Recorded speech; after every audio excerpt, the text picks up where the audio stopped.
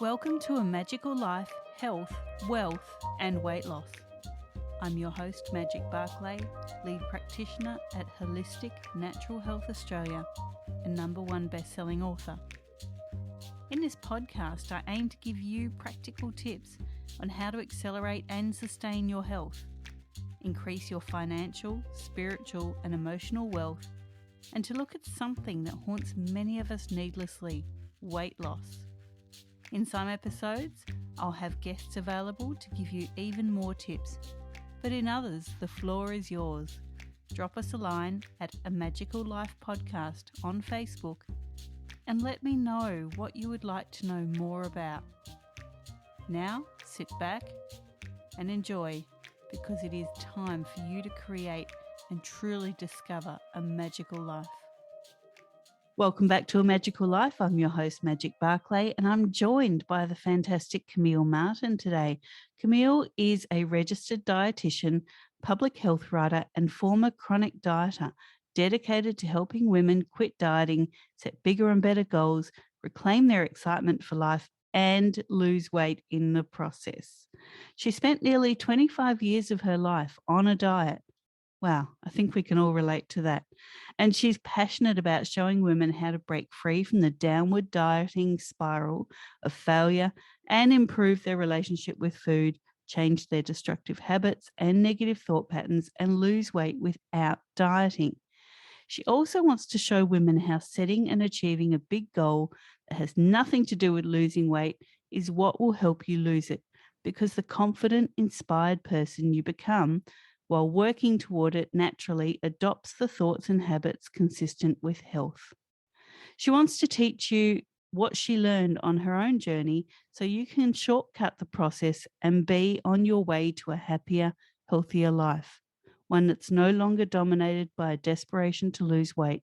Camille is the owner of Love to Lose and lives in Charlotte, North Carolina, with her 2 daughters and their rescue dogs. Welcome, Camille. Thank you.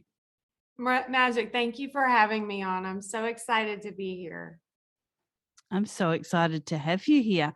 Now, tell us a little bit about Love to Lose. Sure.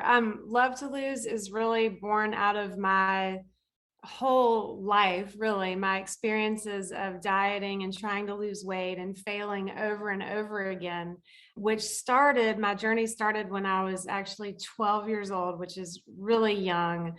But I spent the better part of it really was nearly 25 years dieting, failing, and finally figuring out that diets don't ever work, and that the only way to really change anything about your body or your life really is to come to a place of acceptance and non-resistance toward your body, toward everything about your life.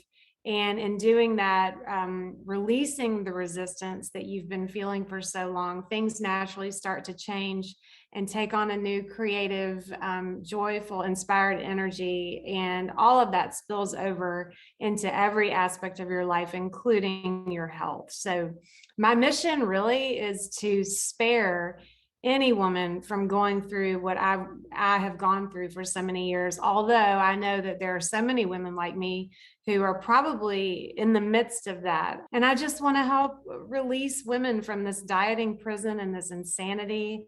I want them to know that they have more to offer this world than to continue wasting another day, another year on their on a diet, waste their lives on a diet, trying to find the one that works, because none of them actually do work. So that's what it's all about in a nutshell. That's fantastic. And I think, looking at my own journey with weight, I never had a weight problem until my teens. And then I actually went the other way and was anorexic for so long. Okay. Once I had my kids, I realized I didn't have a relationship with myself or food. And that was my issue. And then, post kids, I ballooned to severe morbid obesity and just really struggled. When I finally started losing weight, I had this wonderful kind of honeymoon period there of being really happy in myself. And then menopause got me. So I think there's and it kind of went back again. I think there's a lot of women that do that kind of roller coaster. They just don't have that relationship with themselves, and Yes. therefore they don't have the relationship with food. And then they Mhm. finally get it right, and it's like, you're close to 50 and bam, hormones change. So Yeah. Yeah. what do you say to people that kind of get to the point where they realize diets don't work and then their body starts to change? Because that's a really big thing out there, especially with the stress going on. It obviously accelerates the menopausal symptoms. Yeah, no, definitely. Well, I think the first thing that you have to, the first place you have to get to is a place of acceptance about your body. And that's incredibly difficult when we have been taught and trained and brainwashed to believe that we are not beautiful, that we're supposed to look perfect and flawless. And it's just inescapable. The poisonous messages that women are faced with constantly. And um, it's incredibly powerful, and it's something really it's tough to push back on, but you do just have to come to a place. It takes work, it takes practice, it takes a lot of reflection to actually sit down and start to understand why you do the things that you do, why you eat the way that you do. So for me, I was an emotional eater, and I still struggle with those tendencies. They won't probably ever go away, but I didn't realize I was eating emotionally. So what I had to do, part of my work, was to sit down and start saying why. I was never getting to the source of the problem. I was always just trying to change what I ate and altering the food and changing the menu and following this diet and that diet. But what I realized is that it's the way that I was eating that was the problem. So filling yourself up with food or any other sort of fill up source like alcohol or shopping online or whatever, these things that women are gravitating toward, even prescription drugs, are a direct result, I believe, of the toxic messages we are getting, that we are not enough, that we are constantly feeling like that we're not beautiful, that we have nothing to offer of value, and that we must look perfect. So it's a natural thing to have all of that negativity and that resistance that we have toward our own bodies to push us to do something extreme to make yourself feel better, all that resistance. So for me, it was eating emotionally. So once I finally just said, you know what, I'm using food in a way that is not healthy. So let me investigate that. And then when I was able to go back to my childhood and realize, oh, and now I see where it started and why I started doing these things. So it was a tremendous relief and a huge aha moment to see that there were reasons why I was doing this, because what I had done to that point is shamed myself for, can't you just stop eating? Why can't you just stop eating? Why can't you just, do these X, Y, and Z things? So I think the first step is that women really have to sit down and in a place of self-love. It's so hard, and it sounds sort of like woo woo, self-love, let's journal and meditate, but it really is the key starting point. So I think I answered the first part of your question, but the second piece about your body changing, and I'm in menopause now, so I totally get it, and I have empathy because things do change. But all I can say is if you are consistently doing the work to find forgiveness for yourself, to find acceptance for yourself and who you are and why you do the things you do, instead of shaming yourself and blaming yourself for not being good enough, the transition into menopause and your body making changes, and it's natural and it's beautiful. It makes it a lot easier because you don't want to hit menopause and then all of a sudden, shame yourself and blame yourself even more for not looking perfect. So it's a journey, it's a process, and you just have to commit to the process of really waking up every morning and saying, I'm not going to drop any F-bombs. I totally could, but it's like, I'm beautiful, enough already. I'm tired of hearing all of this stuff that's being heaped on me and on you, Magic, on every other woman in the world. And it's enough already. And we need to be out there setting and achieving big, exciting, fulfilling goals that will help change not only our lives, but the rest of the world, instead of all of this crap about how much we weigh and what we look like. So I hope that answered your questions. That was great. And I couldn't agree more. Women, you are the nurturers. You are the providers of life. Your bodies are amazing and they do so much. And then when that time comes that you can no longer provide life, you provide for yourself. You provide spiritually for the people around you. And I think that's really important to know, that you still are the provider, the nurturer, and the creator, but in a very different way.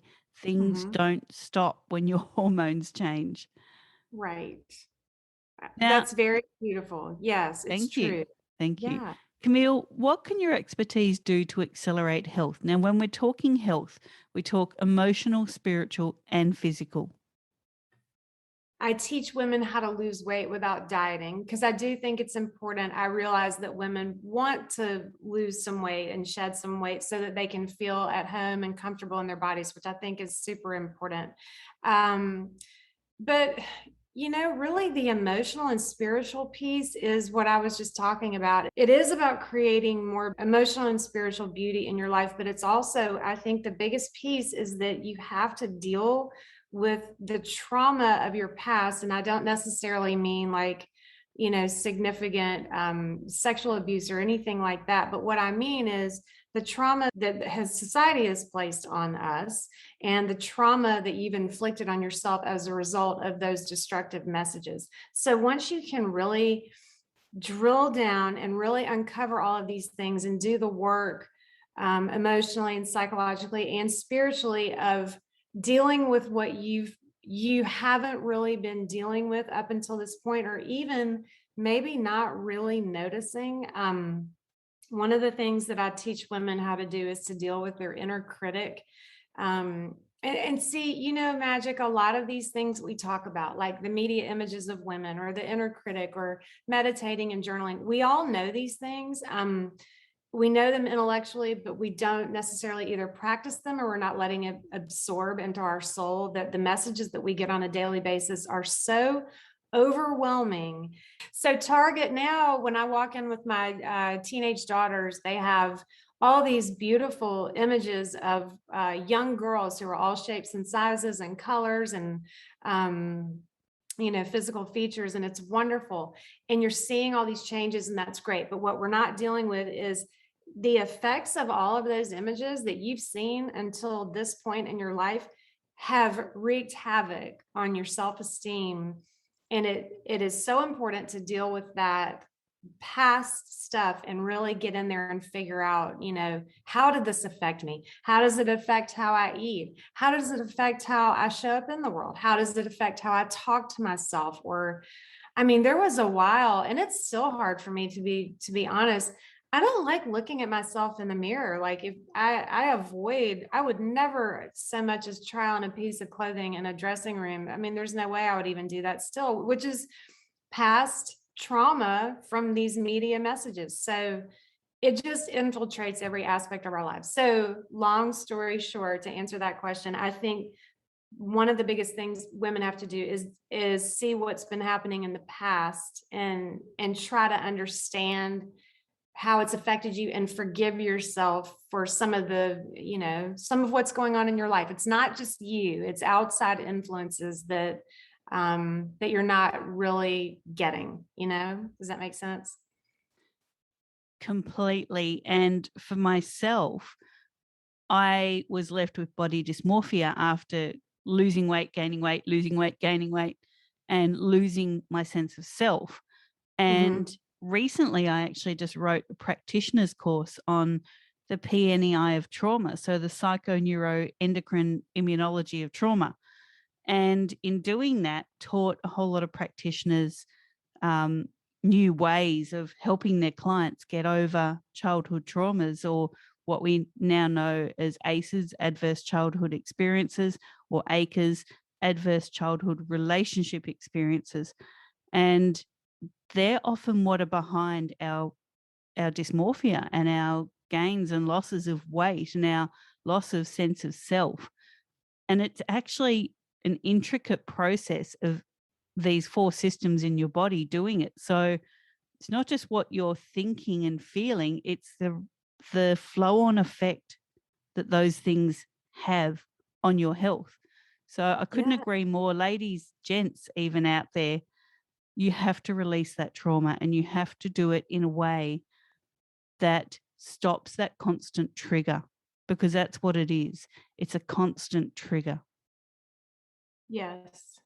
That's beautiful. I love that you're doing that. It's fabulous. I love it. Thank you. Yeah. Camille, what are your top 3 tips to creating wealth? We talk wealth here on the podcast, and we're not just talking financial, but also personal and emotional. The top 3 things to create wealth. Okay, so the first one that comes to my mind is laughter. That might sound strange, but being with my 2 daughters and laughing with them is just like totally rejuvenating. And I try to make time every day to just, notice when they're being silly and laugh, and, instead of not being in the moment. So maybe that would be a good one. Learning how to be in the moment. And just developing a sense of appreciation for everything that you do have. It sounds so like everybody says the same stuff like that, but it really is true to just like look around you where you are. And even if you're having a hard time, there's got to be a few things that you can see in your environment that you appreciate. And then to have a sense of humor about it if you can, So that's first. Try to be in the moment and laugh more. Another way I think to create wealth is what I'm trying to do here. And every single person, I always say women because that's who I work with most often, but every woman, every man has the seed of something great inside of them. And to just take one small step toward that to create something in your life that will help another person, even if it's so small. But to just know that you have something great inside of you and to choose something. I always say in my work, setting a big goal that has nothing to do with losing weight is a huge step in the process of actually losing it, because when you redirect your focus onto something you can create rather than something that you hate about yourself and that you want to change about yourself, or what you look like, that is a huge part of what I teach. So laughter, being in the moment, laughing, starting to create something meaningful in your life, that a gift that you have to give to the world, because everyone has it. And so let's see, another way to create wealth. Gosh, how could this be so hard to come up with 3 things? Wealth, maybe self-care. I mean, I think the wealth that we all get is by putting our energy out into the world, and then what comes back is wealth, so, or it's destruction. So if you're putting out joyful energy into the world and laughter and self-love, I mean, it's just going to come flooding back to you in all areas, including financial. So that's really what I would say. What's the energy you're bringing to the world? And listen, I am not over here preaching. Every single day I have hardly any patience. Some days I have a hard time like not being a type A psycho and checking off every single thing on my list. And my daughters are over there playing and I could get some sort of joy out of it, and I'm totally ignoring them. But you just have to every day try to determine what your energy is that you're putting out in the world, and just let it come back to you. So that's what I would say. That is spot on. Like, okay, good. from a type A who has lists in front of her as we speak, listeners, like that is spot on. It's a disease. It's a disease. I'm cursed. So that is fantastic tips. And can I just add to that, listeners? Yes. Some days it's okay to do nothing.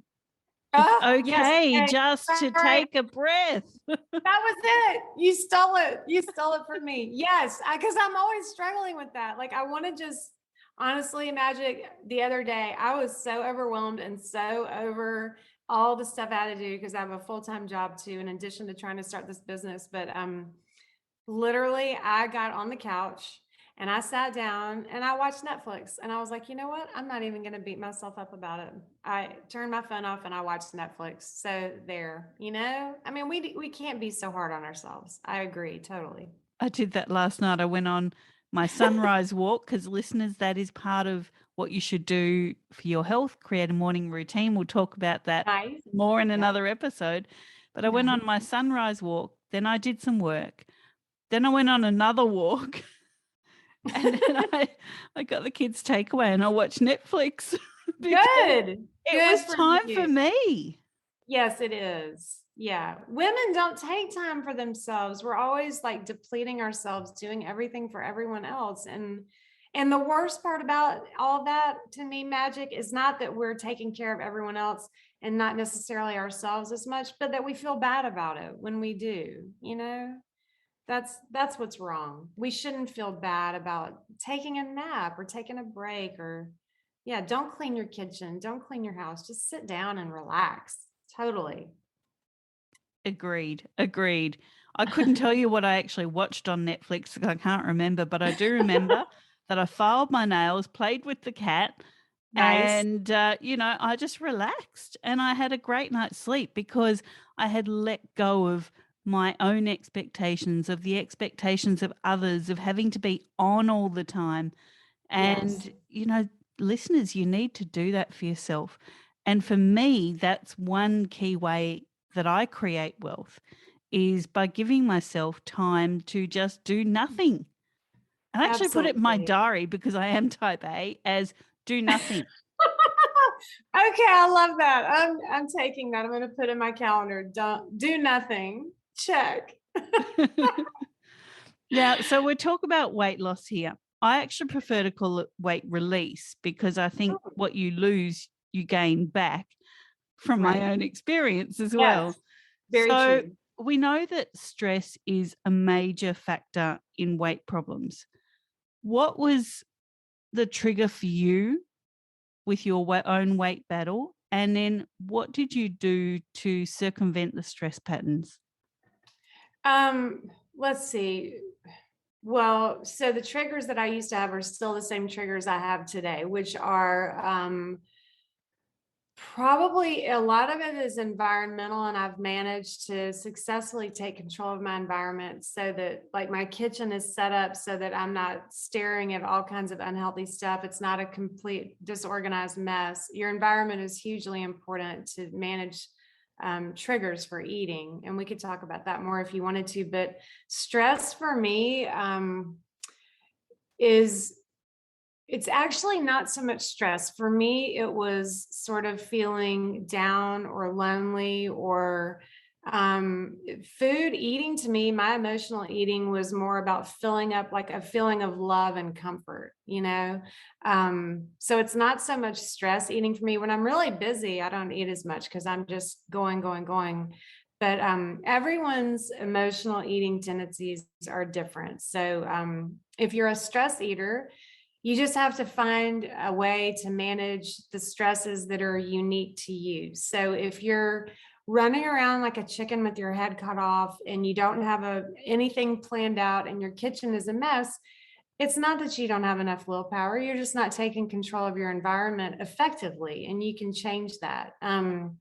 So yeah, my stress triggers are probably not being organized or feeling alone, really feeling lonely. My kids I'm divorced, so they stay with their dad every other weekend. And when they leave, I mean, I do immediately think, well, I'll just, make something to eat and sit in front of the TV and eat. That was my thing. So I know that that's coming. I know that it's going to hit me. And so I just try to have something planned that I can keep doing, like a project or something, or get back to work or go take a walk or do something productive. So when you know that those times are coming up that the kids aren't there, Yeah. what do you do to stop that stress pattern?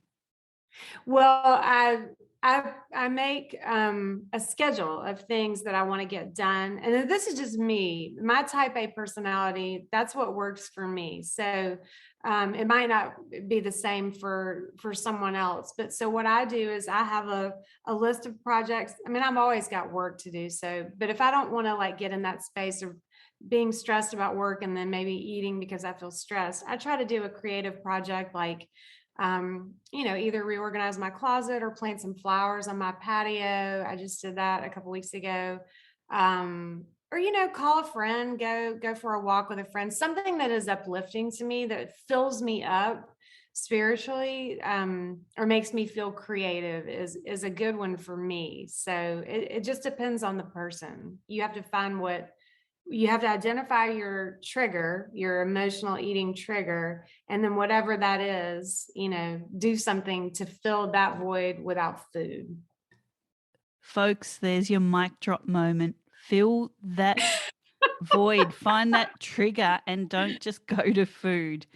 Right, right. And then what I do want to say also, when you start releasing all of that resistance towards yourself and your body, and you quit being so hard on yourself.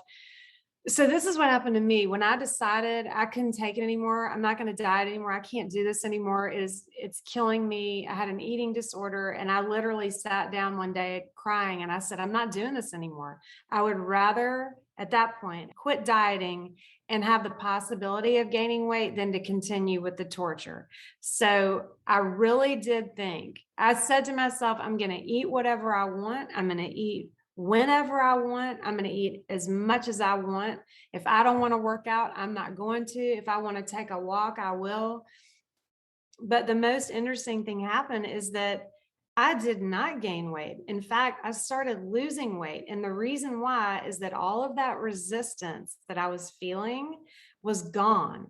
So when I would normally sit down with a pint of ice cream in front of the TV and just eat it and not even know what happened 10 minutes later, I allowed myself to do that, but it just wasn't like this.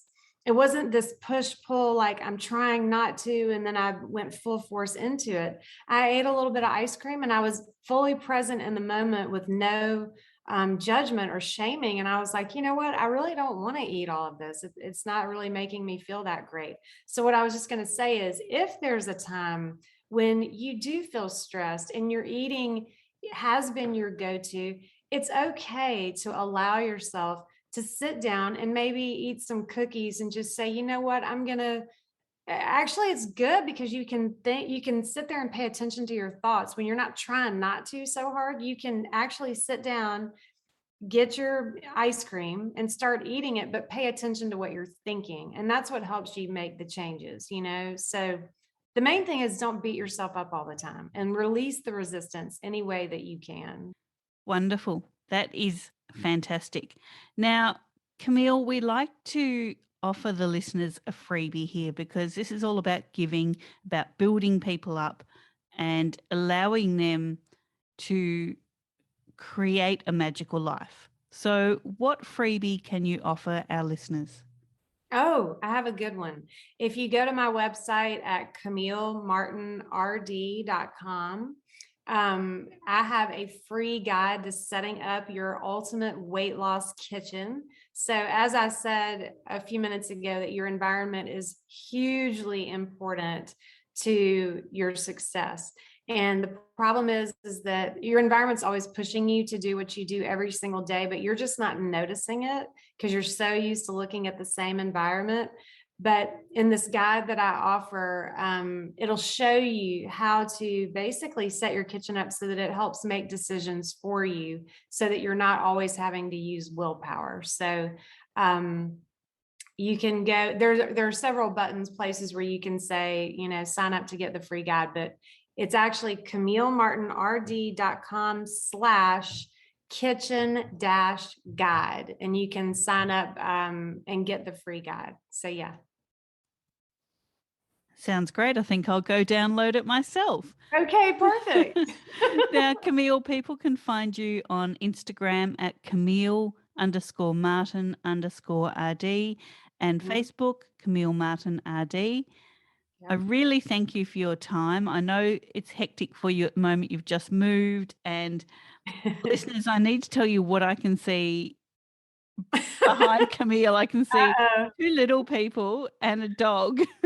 Oh, I put my kids out on our patio, and I failed to realize that you can actually see them out on the patio. I told them you are not allowed to come in here for an hour, not even to go to the bathroom. So they'll be relieved that I'm finished.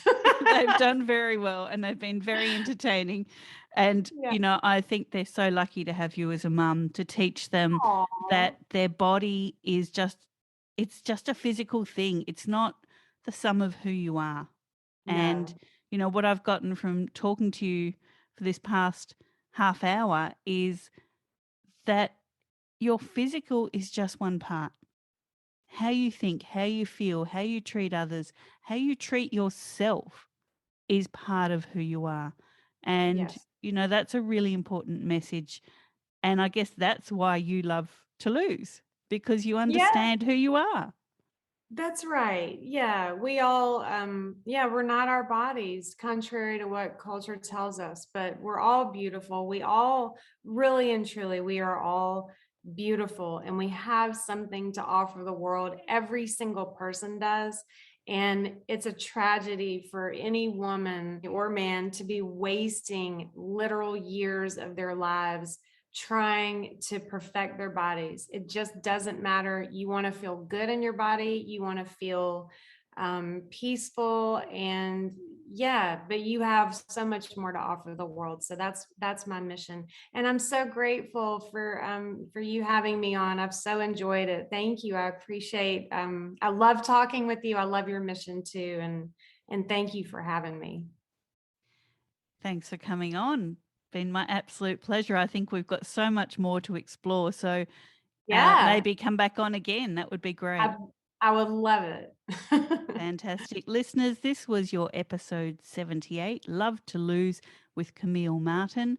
In episode 79, we have Jeff Teresi coming, and he is talking about cultivate, create, and connect.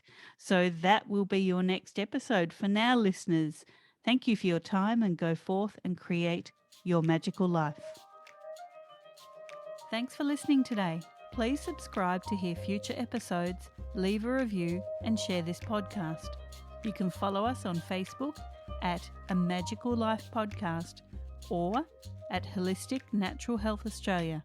That's holistic with a W. You can find us on Instagram at Holistic Natural Health or at www.holisticnaturalhealth.com.au. That's where you'll access all sorts of articles, freebies, and more.